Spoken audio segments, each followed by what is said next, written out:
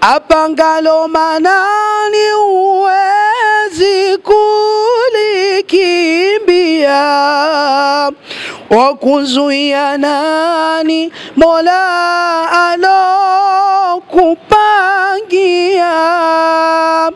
Zidisha imani kwa Mola wako jalia, watu wa peponi ni wale wanovumilia. Akhi Talib kutoka Masjid Nur Muhammad, wakati wa Mungu ndio wakati sahihi, na kunasih na kusihi, sikiliza na tazama Firdaus TV online. Unatazama Firdaus TV, wakati wa Mungu, wakati wa Mungu. Mtazamaji wa Firdaus TV, wakati wa Mungu ndio wakati sahihi, na hii ni mara tu baada ya kumalizika kwa hutuba iliyosomwa kwa umakini wa hali ya juu na Sheikh wa mkoa wa Pwani, Sheikh Hamis Abbas Mtupa, akiwa amehitimisha, lakini mengi zaidi akizungumza milima Safa na Marwa ilivyozungumzia amani na kile ambacho yeye ameweza kukizungumza. Labda Sheikh wa mkoa wa Pwani, kwanza niseme hongera sana kwa hii hutuba ambayo ulitumia muda mrefu sana kuiandaa. Nashukuru. Kwa nini leo umegusia zaidi kwamba milima imezungumzia amani? Ni kwa sababu ya mazingira ambayo tunaishi nayo hivi sasa wa Tanzania. Amani inatakiwa izungumzwe kupitia vitabu vitakatifu, lakini pia swala la haki, kwa sababu watu hivi sasa wanachanganya kwamba huwezi ukaipata haki nje ya amani. Mwaga damu ipate haki yako. Amani ambayo haipo ndani ya haki, hiyo si amani. Sasa ni lazima tufike mahala sisi viongozi wa dini tuitafsiri amani ni nini na haki ni kitu gani, na kipi ambacho kinatakiwa kuwa cha kwanza na kingine kifuate cha pili.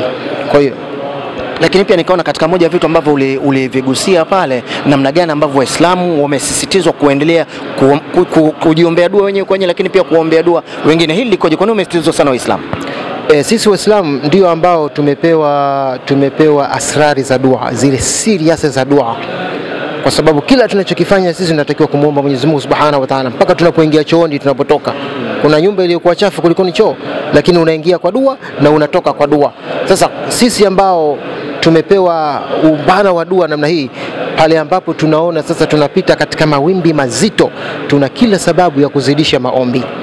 Na kwenye dua Mwenyezi Mungu Subhanahu wa Ta'ala humbainisha hata mnafiki. Wanafiki wengi wanadhihirika kwa sababu ya dua tunazozifanya. Kumbe hata huyu naye.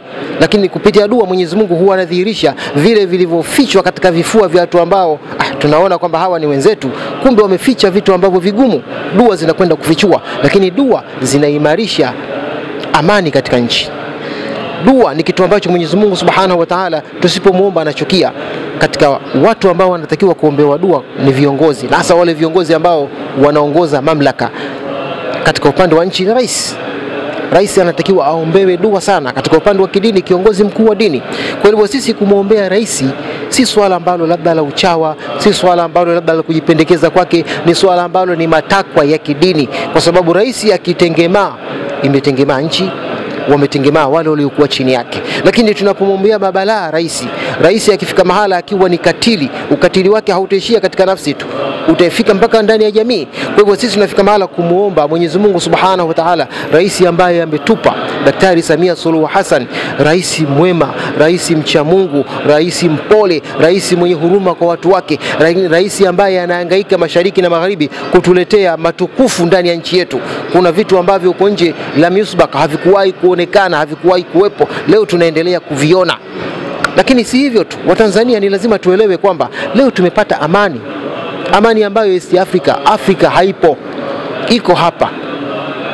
Tuna kila jukumu sisi la kuilinda hii amani ambayo ipo ndani ya Jamhuri ya Muungano wa Tanzania. Leo sisi ambao tunasafiri na vyombo hivi vya moto, ukipanda SGR unakaa na watu kutoka Uganda, kutoka Kenya, kutoka Malawi, kutoka Zambia. Yani wanaonesha mshangao mkubwa, wanakueleza kabisa, nyinyi wa Tanzania hivi mnaelewa mna utukufu kiasi gani? Hivi vipandwa huko kwetu hata kama vipo havipo kama hivi. yale majumba ya station zile za SGR ni majumba ambayo yamejengwa kwa high quality, kwa ubora wa hali mkubwa sana. Haya ni mambo ambayo Rais wa Jamhuri ya Muungano wa Tanzania na wasaidizi wake na serikali yote wanayafanya. Kwa hivyo ni vitu ambavyo sisi tunatakiwa tuvione kwa macho, lakini pia kumsifia mtu ambaye anafanya majambo yaliyokuwa mazuri. Hili ni jambo ambalo ni la ibada. Mwenyezi Mungu Subhanahu wa Ta'ala hataki kumsifia mtu ambaye hatendi, hafanyi jambo ambalo halipaswi kusifiwa. Lakini rais anafanya vitu ambavyo vinaonekana. Lakini pia sisi tuna wajibu wa kumshika mkono mtu ambaye anataka kuhatarisha amani ya nchi yetu kwa njia moja au nyingine. Amani ya Tanzania ni tunda kubwa sana. Amani ya Tanzania ni bora kuliko ni maisha ya mtu mmoja binafsi. Kwa hiyo tuna kila sababu ya kila Mtanzania kuhakikisha kwamba anamzuia kwa mdomo wake, anamzuia kwa hikima zake yule ambaye anataka kuifikisha Tanzania, kuiingiza Tanzania katika dimbwi la damu. Lakini pia leo nimegusia katika hotuba kwamba kuwashangaa watu wa Europe pale ambapo wanafika mahala wanatupa mashinikizo, yani bunge la Ulaya linakaa kuishinikiza Tanzania tena katika jambo la uhuru wa kimahakama, kuingia mihimili. Hili ni jambo ambalo Watanzania ni lazima tupaze sauti. Hivi leo bunge la Jamhuri ya Muungano wa Tanzania linaweza kuketi likatoa agizo kwa bunge la Europe? Si siku moja tu hapa tunawekewa embargo, vikao vya aina mbalimbali. Sasa vipi leo bunge la Ulaya lifike mahala lishinikize kwamba Tanzania fanya 1 2 3? Hatuwezi. Ni lazima hapa wa Tanzania tushirikiane na mamlaka, tushirikiane na rais. Rais hawezi akafika mahala akajibizana na wakubwa wenzake hadharani. Lakini sisi tuna uwezo wa kusimama kwenye membari zetu tukasema kwamba bunge la Ulaya mnatukosea. Sheikh, labda kwa kumalizia tu kitu kimoja tu ukumbusho, wakati uko pale kwenye mimbari ulizungumzia mpigania haki Mwalimu Julius Kambarage Nyerere kwamba alifunga na alifunga, alifanywa dua, akaambiwa sasa nenda kapigania uhuru. Labda nini wito wako sasa kwenye swala ile ambalo linaendelea kusahaulishwa taratibu? Anazikumbusha mamlaka husika na hasa chombo chetu pendwa cha TBC ukweli na uhakika kwamba wao ndio ambao wanatunza hotuba zote zile. Sisi vitukuu tuliochelewa ambao hatukuyashuhudia hayo mazuri yaliyopita kwenye yalofanyika, tunaomba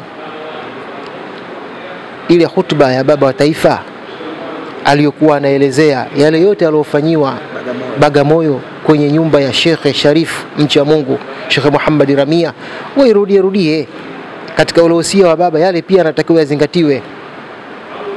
yazingatiwe kwamba alifanyiwa nini, kwa nini alifunga kule saumu, ile saumu ya kweli ya Kiislamu kuanzia alfajiri. Ilipofika saa 8 saa 9 akasikia kichwa kinabuma, akamfuata Sheikh Ramia, bana naomba aspro. Hakuna aspro. Vipi kichwa kinaniuma? Akamwambia subiri kidogo. Ilipofika muda wa magharibi baada ya adhana akapewa uji na chai. Sheikh Ramia akamuuliza Mwalimu Julius Kambarage Nyerere, nikupe dawa? Akasema hapana, kile kichwa kimepona. Kumbe kilikuwa ni kichwa kile cha njaa. Baada ya hapo akafanyiwa dua, akafanyiwa makafara yale ya Kiislamu, kisha akaambiwa haya tawakkal ila yuno, omba Mungu huko yuno, nenda. Tumepata uhuru hapa bila kumwaga damu. Sasa dua maana yake ndio iliyosababisha sisi tupate uhuru. Hatutoacha Waislamu kuwaombea dua viongozi wetu. Akija rais Mkristo tutamwombea dua, akija rais Muislamu tutamwombea dua, akija rais mpagani tutafanyaje? Tutamwombea dua. Huo ndo msingi wetu, kwa sababu si dua ni ibada. Ukitukataza Waislamu tusiombe dua, Waislamu nyinyi kazi yenu kuombea dua tu watu tu. Waislamu nyinyi maana hamtambui haki. Hatutambui haki vipi?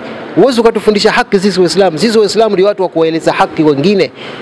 Nikushukuru sana. Barakallahu fik. Ni kauli hii ambayo anahitimisha Sheikh wa mkoa wa Pwani Sheikh Hamisi Abasi Mtupa, na leo zaidi nikiwa nimezungumza naye swala la amani kwa viongozi wa dini, viongozi wa mamlaka, viongozi wa serikali, mengi akiwa ameyazungumza na hii yote nimekutana naye katika mara tu baada ya kumalizika kwa hutuba na swala ya Ijumaa Masjid Kadiria Temeke. Kutokea hapa Temeke Wireless, nyuma ya kamera yuko Awadhi. Mimi ni jemedari wako, mimi ni ripota wako Alhabibi Sheikh Mungia Babyface, sura ya kitoto. Nikutakie tu angalizi ule mwema. Angalia Firdaus TV, wakati wa Mungu ndio wakati sahihi. Apangalo manani uwezi kulikimbia, wakuzuia nani Mola alokupangia. Zidisha imani kwa Mola wako jalia, watu wa peponi ni wale wanovumilia. Akhi Talib kutoka Masjid Nuru Muhammad. Wakati wa Mungu ndio wakati sahihi, na kunasih na kusihi, sikiliza na tazama Firdaus TV online. Unatazama Firdaus TV, wakati wa Mungu, wakati wa Mungu.